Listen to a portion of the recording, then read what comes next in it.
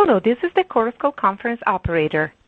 Welcome to Vecima Networks' fourth quarter fiscal 2021 earnings conference call and webcast. As a reminder, all participants are in listen-only mode, and the conference is being recorded. After the presentation, there will be an opportunity to ask questions. Analysts and institutional investors who wish to join the question queue simply press star then one on your touchtone phone. You will hear a tone acknowledging your request. If you're using a speakerphone, please lift the handset before pressing any keys. Should anyone need assistance during the conference call, they may signal an operator by pressing star and zero on their telephone. Presenting today on behalf of Vecima Networks are Sumit Kumar, President and CEO, and Dale Booth, Chief Financial Officer. Today's call will begin with executive commentary on Vecima's financial and operational performance for the fourth quarter and year-end fiscal 2021 results. Lastly, the call will finish with a question and answer period for analysts and institutional investors. The press release announcing the company's fourth quarter and year-end fiscal 2021 results, as well as detailed supplemental investor information, are posted on Vecima's website at vecima.com under the Investor Relations heading. The highlights provided in this call should be understood in conjunction with the company's audited annual consolidated financial statements and accompanying notes for the years ended June 30th, 2021 and 2020. Certain statements in this conference call and webcast may constitute forward-looking statements within the meaning of applicable securities laws. All statements other than statements of historical fact are forward-looking statements.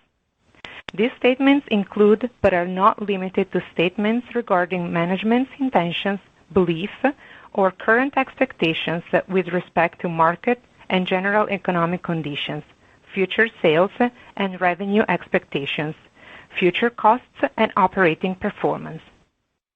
These statements are not guarantees of future performance and involve risks and uncertainties that are difficult to predict and/or are beyond our control. A number of important factors could cause actual outcomes and results to differ materially from those expressed in these forward-looking statements.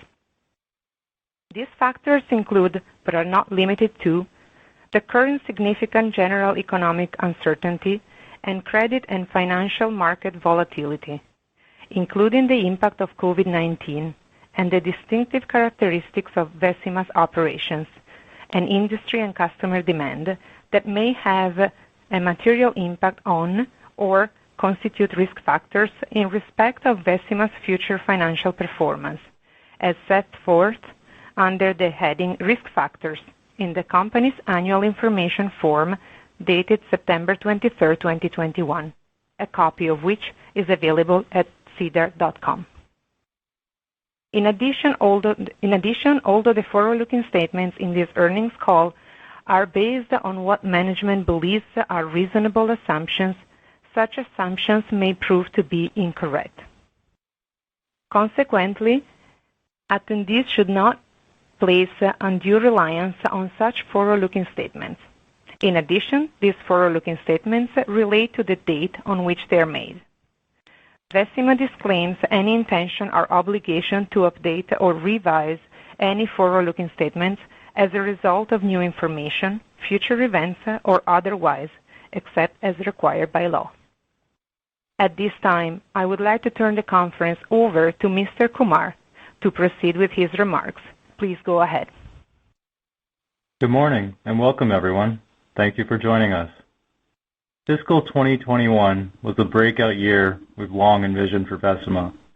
After years of investment, innovation, and persistence, we realized our long-held objective, capturing the first wave of our industry's wide-scale migration to distributed access architecture, and we translated this achievement into record top-line results. Dale will provide details of our full year and fourth quarter financial results in a few minutes, but let me start with a few of the important highlights. I'm very proud to report that we achieved the single best full-year sales results in Vecima's 33-year history. Our fiscal 2021 sales grew to a record $124.2 million, an increase of 31% year over year. We also achieved exceptionally strong fourth quarter sales of $35.3 million, which were up 37% year over year and 11% quarter over quarter. That capped off a year in which each sequential quarterly revenue increase averaged nearly 10% from the first to the fourth quarter. And while it was a challenging year in which to produce these outstanding results in the midst of a global pandemic and worldwide supply chain constraints, we were successful in generating full-year adjusted EBITDA of $12.3 million, even after integrating major operations from our acquisition. We turned in an excellent fourth quarter performance with adjusted EBITDA nearly tripling to $5.7 million. Our top-line growth was led by our Video and Broadband Solutions segment, where sales more than doubled year over year, fueled by the rapid growth from our Entra DAA portfolio. As you know, our DAA sales were already building as we came into the fiscal year. Our acquisition of Nokia's DAA and fiber to the home portfolio in the first quarter added jet fuel to that momentum. The transaction dramatically accelerated a key component of our strategy to lead the industry's evolution to DAA. Specifically, it built on our own successful Remote PHY technology by adding market-ready 10 gig fiber to the home access capability and DOCSIS Remote MAC-PHY cable access solutions. Those are two highly important additional pieces of the cable DAA ecosystem, and they're ones that we had intended to develop internally. The acquisition sped up our timeline, saving us several years and many millions of dollars of investment in product development, and it instantly established Vecima's portfolio as the industry's single strongest for high-speed data access network products. Vecima's breadth of solutions addresses the widest possible range of our customers' DAA needs, just as the market has begun its trajectory of widespread next-gen network adoption. As the fiscal year progressed, the number of customers placing orders for our DAA products grew from 3 to 38, and Entra sales lifted off along with that, growing from a little over $5 million in Q1 to $16.6 million in Q4. By year end, we achieved full-year DAA sales of $42.6 million, up by 7 times more than what we achieved last year. And Entra, which represented just 15% of our Video and Broadband Solutions segment sales in fiscal 2020, became the segment's number one product group, representing 57% of segment sales in fiscal 2021. I want to emphasize that this is just the beginning of the growth potential we see for our Entra family of solutions. DAA is a once-in-a-lifetime technology transition for the global cable industry, and it's a market expected to ultimately measure in the billions of dollars. Vecima is at the forefront of this opportunity with the industry's best portfolio of products and a rapidly growing base of Tier 1, 2, and 3 operators, including some of the world's largest MSOs. So, there's much more to come from Entra, and I'll talk more about that in our outlook. First, though, let's look at some of the other contributors to 2021 performance. Within the Video and Broadband Solutions segment, fiscal 2021 was another excellent year for our Terrace QAM commercial video hospitality products. We saw significant continued uptake during the year as our lead Tier 1 customer continued to expand its hospitality footprint while preparing for a migration to the next generation Terrace IQ platform. This, together with our strong Entra sales, more than offset the expected tail-off in demand for some of our other legacy commercial video products. In our Content Delivery and Storage segment, we achieved solid annual revenue of $43.4 million, even as we navigated challenges stemming from the global pandemic. COVID-19 restrictions at some of our customers' operations slowed the integration of the record new business wins we achieved in fiscal 2020 and the delayed expected scale expansions of those new IPTV networks. Despite those challenges, we successfully fulfilled the largest ever contract for our MediaScale X solutions with a Tier 1 customer in the Asia-Pacific region during the year. We also added another 5 customers to our roster for IPTV, new customers. And we increased CDS service revenues another 4% in fiscal 2021. In telematics, we continue to build out the segment's recurring revenue contributions with the addition of new municipal government fleet subscribers and introduction of new vehicle routing software during the year. I'm pleased to report that we also continue to expand our presence in the movable assets tracking market, an area Vecima has innovated in. We added 15 new customers and expanded the total number of movable assets being monitored to over 11,000 units. Taken as a whole, fiscal 2021 was a remarkable year for Vecima, and all the more so when you consider the pandemic-related challenges our industry and many others were dealing with. Our excellent long-term supplier and customer relationships proved really invaluable in helping us to manage supply chain issues, and we were able to leverage our strong financial position to drive working capital and stay ahead. We'll continue to rely on these strengths going forward, and I'm pleased to note that we're moving into fiscal 22 with a once again robust financial position. Even after investing in our organic and acquisitions-based growth and returning cash to our investors in the form of our regular dividends of 22 cents per share over the year, we ended the year with $28.9 million in cash and a strong $44.8 million in working capital. Now I'll turn the call over to Dale to provide more detail on our financial performance. Dale? Thank you, Sumit. For the purposes of this call, we assume that everyone has seen the fourth quarter and fiscal year 2021 results, news release, and MD&A, and our fiscal year 2021 financial statements posted on Vecima's website. I will present the relevant numbers in discussions around overall results, market segments, operational expenses, and the balance sheet. Please note that the results for the fourth quarter and full fiscal 2021 includes almost a full year of operating results from our acquisition of the Nokia cable access portfolio we acquired on August 7th, 2020. It also reflects the divestiture of our content agent business on March 31st, 2021. The results of content agent are now reported under discontinued operations. Starting with consolidated sales, for the 3 months ended June 30th, 2021, we generated sales of $35.3 million. This was an increase of 37% over the $25.7 million in Q4 last year, and an increase of 11% from $31.9 million in Q3 fiscal 2021. The year-over-year increase reflects an increase in product sales from the Video and Broadband Solutions segment, driven by our new Entra family of products, and partially offset by lower sales in the Content Delivery and Storage segment, and further offset by foreign exchange related to a strengthening Canadian dollar. Within the Video and Broadband Solutions segment, for the fourth quarter of fiscal 2021, we generated sales of $23.5 million. This was up 124% from the $10.5 million in Q4 last year, and 8% higher than the $21.8 million in sales last quarter. Further deployments of our next-generation DAA products contributed fourth quarter Entra revenues of $16.6 million, up sevenfold from $2.1 million in Q4 fiscal 2020, and up 31% from $12.7 million in Q3 fiscal 2021. Entra sales included $9.2 million from the DAA products acquired from Nokia. In all, Entra DAA platforms are now being sold to 38 operators across 6 continents.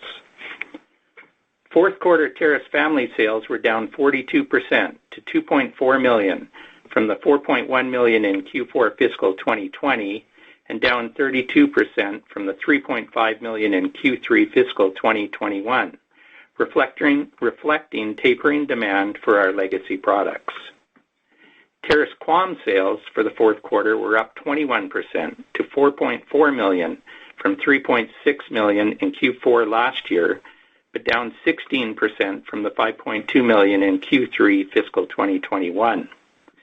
We anticipate healthy demand for our Terrace QAM platform as operators continue their commercial rollout for the current generation while preparing for the next generation Terrace IQ platform. The quarter-over-quarter variance primarily reflects the timing of large orders. Content Delivery and Storage segment sales were $10.4 million in Q4 fiscal 2021, down 25% from the exceptionally strong $13.9 million in the fourth quarter of fiscal 2020, but 19% higher than the $8.8 million in Q3 of this year. These quarterly sales variances are typical for the CDS segment, and this lumpiness reflects the timing of large orders. Sales for fiscal 2021 were additionally impacted by the COVID-19 restrictions at some customer operations due to installation timelines slowing, as the segment continued to consolidate its record new business wins from 2020. The total CDS segment sales included $6 million in product revenue and $4.4 million in revenue from services. Turning to the telematics segments, in line with our expectations, sales in the fourth quarter were at $1.4 million, slightly higher than the $1.3 million in the same period last year, and on par with the $1.4 million last quarter. Gross margin for the fourth quarter was at 42.4%, with a gross profit of $15 million, an increase of 20% from the $12.5 million in Q4 fiscal 2020, and up 5% from last quarter's $14.3 million. Gross margin was down from the 45% achieved last quarter and the 49% in Q4 fiscal 2020. The lower than normal gross margin reflects the composition of our product mix and supply chain constraints for the period, lower sales in the CDS segment, as well as the negative foreign exchange impact of the strengthening Canadian dollar. Video and Broadband Solutions segment gross profits grew 127% to $9.3 million from the $4.1 million in the same period last year, and on par with the $9.3 million in gross profit last quarter. Gross profit margin of 40% was slightly higher as compared to 39% in Q4 fiscal 2020, but down from Q3 fiscal 2021 gross profit margin of 43%. The year-over-year decrease in gross margin reflects different product mixes each quarter, supply chain challenges, as well as the negative foreign exchange impact of the strengthening Canadian dollar. Gross margin in the Content Delivery and Storage segment for Q4 decreased to 45%, with a gross profit of $4.7 million, from the 54% and $7.5 million in Q4 fiscal 2020. On a sequential quarterly basis, CDS gross profit was 14% higher than the $4.1 million generated last quarter.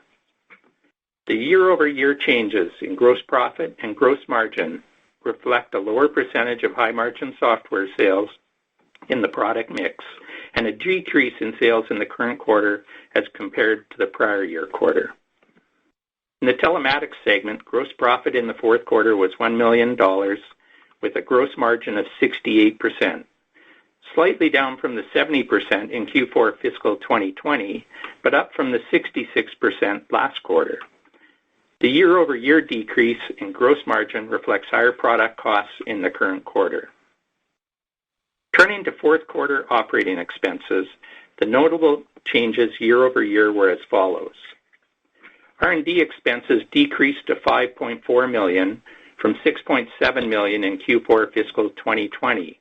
Primarily reflecting higher deferred development costs as a result of the addition of product lines acquired from Nokia, lower amortization of deferred development costs, partially offset by higher staffing costs related to the Nokia portfolio acquisition, as well as increased software licensing costs as our next generation product families move closer to deployment. We continue to invest in research and development to support the launch of new products. Until these new products are commercialized, development costs are deferred to future periods. Sales and marketing expenses for the fourth quarter increased to $3.6 million from $3.0 million in the same period last year. This increase was due to higher staffing costs from the Nokia portfolio acquisition. G&A expenses increased to $4.3 million in Q4 fiscal 2021 from $3.9 million in Q4 fiscal 2020, primarily reflecting the additional costs associated with the newly acquired operations. Other income was $1.5 million in Q4 fiscal 2021, an increase from $0.3 million in Q4 fiscal 2020 due to U.S. federal grant credits received in the current period. Total OPEX in Q4 decreased to $11.6 million from $13.3 million during the same period last year. This decrease primarily reflects lower operating expenses in the video and broadband solutions and the content delivery and storage segments. I note that reported R&D expense in a period is typically different than the actual expenditure. That's because certain R&D expenditures are deferred until product commercialization. Adjusting for deferrals, amortization of deferred development costs, and income tax credits, actual R&D investment for the quarter increased to $8.9 million, or 25% of sales, from $6.6 million, or 26% of sales in the same period last year. The increase reflects higher expenditures from the Nokia portfolio, higher staffing costs, and software licensing costs as our next generation product families move closer to full-scale commercial deployment. In our bottom line results, we reported an operating income of $3.4 million in Q4 fiscal 21, as compared to an operating loss of $0.8 million in Q4 fiscal 20. The $4.2 million increase was mainly driven by a $5.8 million increase in contribution from the Video and Broadband Solutions segment and a $0.1 million increase in contribution from Telematics segment year over year, partially offset by a $1.7 million decrease from the CDS segment. Adjusted EBITDA grew to $5.7 million from $3.8 million in the prior year quarter and up from $2 million last quarter. The fourth quarter foreign exchange loss was $0.7 million compared to $0.5 million in the prior year period. Net income from continuing operations for the quarter was $1.4 million, or 6 cents per share, compared to a net loss of $0.9 million, or 0.04 loss per share in Q4 of fiscal 20. Overall, a very strong quarter. Turning to the balance sheet, we ended the fourth quarter with $28.9 million in cash, up from $23 million in the third quarter, and practically having no bank debt. Working capital decreased to $44.8 million, from $46 million in Q3 fiscal 2021 and $55.3 million last year. We note that significant working capital balances can also be subject to swings from quarter to quarter. Our product shipments are lumpy, reflecting the requirements of our major customers. Other timing issues, like contracts with greater than 30-day payment terms, also affect working capital, particularly if shipments are back-end weighted for a quarter. Finally, cash flow provided by operations for the fourth quarter was $12.9 million, as compared to cash flow provided by operations of $2.5 million during the same period last year. The $10.4 million increase reflects a $9.2 million increase in cash flow from non-cash working capital and $1.2 million increase in operating cash flow. So just to summarize, another strong quarter despite the challenges due to COVID-19 and the global supply chain challenges. Now back to Sumit. Thank you, Dale. As we look ahead at what lies ahead for Vecima, I believe we've reached an inflection point. We've captured a clear leadership position in the vast DAA market, and we're exceptionally well positioned to leverage and build on that lead. We've assembled the world's most complete DAA portfolio built on the industry's best technology, and we've been selected as a technology partner to a growing list of Tier 1, 2, and 3 MSOs, including some of the world's largest cable operators. We currently have 71 customer engagements for DAA. 38 of these customers are already using our products, and many of them are now transitioning to scaling deployment. Another 33 of our customer engagements are in various stages of DAA development. They represent near-term opportunities for additional design wins and follow-on deployments, adding to the projected demand for Entra. At the same time, we're continuing to attract new customer engagements as more and more operators initiate their own DAA transitions and turn to Vecima as a differentiated technology partner. This is a true technology wave, and its momentum will continue to build. We know that the companies that capture the first wave are uniquely positioned to benefit from not just the initial network build-outs, but the years of augmentation and upgrades that follow. Vecima has successfully captured DAA's first wave, and it positions us for a remarkable trajectory. Keep in mind that DAA is just one of our growth engines. Our content delivery and storage segment represents significant additional opportunities as we address the rapidly growing managed IPTV and over-the-top markets for streaming services. In the year ahead, we anticipate steady improvement in our ability to integrate and expand the significant new business wins of the past 2 years. And over the longer term, we see significant growth potential. The IPTV market is on pace to nearly double in size by 2026 and will depend on reliable and scalable solutions like those provided by our MediaScaleX portfolio. In our Terrace family of products, we anticipate continued demand for the current generation Terrace QAM and making way for the long-term migration to the next generation Terrace IQ, in lockstep with the overall network transition, which will ultimately happen to IPTV. And in our telematics business, we expect consistent incremental growth from the fleet tracking market, and we anticipate increasing demand for our newer movable asset tracking services. Overall, we see a very exciting year ahead for Vecima as our multi-year investment, technology, and strategic acquisition strategy is fully realized. My one note of caution continues to be the challenges related to current global supply chain disruptions that could temper near-term growth or margins, and the COVID-19 pandemic's capacity to present changes in the pace of customer network evolution. Overall, though, we're extremely confident in our market position and in Vecima's ability to capture the major opportunities ahead.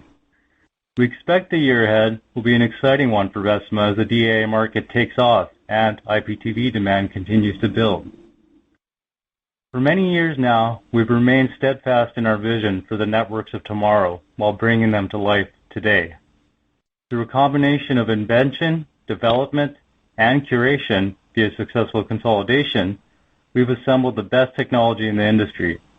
And I can think of no other time when the opportunity has been so great or so immediately upon us. In the weeks, months, and years to come, I look forward to demonstrating how this will translate into the company's success as Vecima embarks on this exciting trajectory of growth. We're highly energized about what lies ahead for Vecima and looking forward to our exciting new achievements in fiscal 22. That concludes our formal comments for today, and we'd now be happy to take questions. Operator? Thank you. We will now begin the question and answer session for analysts and institutional investors. To join the question queue, you may press star then 1 on your telephone keypad. You will hear a tone acknowledging your request. If you're using a speakerphone, please pick up your headset before pressing any key. To withdraw your question, please press star then 2.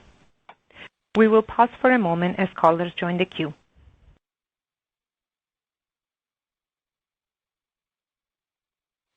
Our first question is from Jim Byrne with Acumen Capital. Please go ahead. Thanks very much. Congrats on the quarter, guys. I just wanted to dig in about the customer conversion. Obviously, you're seeing a nice jump in engagements and customer orders. Maybe you could just talk about, how is that conversion rate? How's it been, and what do you expect for the future? Great.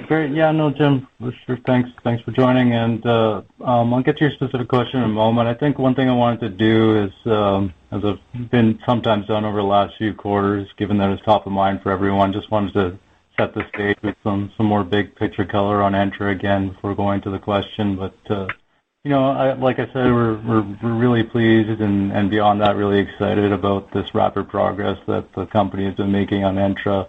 In the last 7 quarters, with this rapid momentum into FY21, which is really a breakthrough year for Entra, with the sales going up, like we said, 7 times year over year to the 42.6 million that we put out. We made definitive progress across a high and growing list of these customer engagements that we're talking about, and you asked about the conversion on, and that translated into meaningful revenue territory, growing in the last 6 quarters from 1.1 million to 16.6 million per quarter in Entra sales. Following the 5 million in fiscal 20 up with the 42.6, just as DAA is just getting started as a market with these lead tier 1s, 2s, and 3s and fanning out their activity and deployments. It's all really strikingly positive for Vecima, and we're proud that we're passing almost 14 million homes with Entra DAA technologies for this multi-gigabit broadband internet service that we put together. So the engagement count, as you asked about, has grown from 25 at the start of the year to 71 at the end of Q4 that we reported today. And likewise, you've seen the number of buying customers increase from 3 to 38 over that same period over the year. So that's a reflection, if you will, partially of the conversion rate. The engagement count itself growing from the 25 and then 61 in Q3, 71 in Q4, reflects people being added into the list. I won't say that the list always remains with the same name, but generally it does, in terms of the customers staying in the engagement and flowing through the sales cycle pipeline and converting to those 38 that we have into scale deployment and purchasing with us. So we're seeing signs of a very strong conversion rate and those engagements going all the way through the sales cycle. Okay, that's great. And then maybe just on the CDS segment, you mentioned the outlook remains quite strong, and you saw a bump in the Japanese revenue for the quarter from the deployment of that major contract. Maybe just digging in a little bit more on what you're seeing, following maybe some restrictions lifting. Are you seeing a ramp up in activity and deployments for that segment? Great, yeah. And we are, as we mentioned today, and we've been talking about leading up to today's reporting, that we saw some perhaps this is the segment of Vecima's business that was most directly exposed to some delays from the pandemic, where customers typically with these projects we will roll out with local systems integration, on-site activity, integration and launch, if you will. Covering a defined, swath of subscribers with IPTV services, and that requires some intense, project planning together with our customers. And as you can imagine, with the pandemic, we encountered, timing adjustments in those projects carrying on, complicated projects. So we had these 13, the record 13 new IPTV wins in fiscal 20, and we followed that up with 5 more wins for IPTV and CDS in fiscal 21. So a total of 18 new customers are added over the last 2 years. So we've had this expanding pipeline of these new deployments for IPTV systems with MediaScale X. So the interesting part there is that while there have been some timing adjustments because of the pandemic factors, that pipeline has remained consistent throughout, and the nature of the business is that once you launch, then you have subscriber uptake of the services, and then definitely customers envision expansion of capacity over time, and that's what slowed our sales performance in fiscal 21. But when we look at it, fiscal 19 to fiscal 20, we were targeting 20% growth, and we achieved something like 30%. And when you take the 2-year average sales, fiscal 21 and 20 for CDS, that average is actually very well in line with the 20% growth that we anticipated from fiscal 19.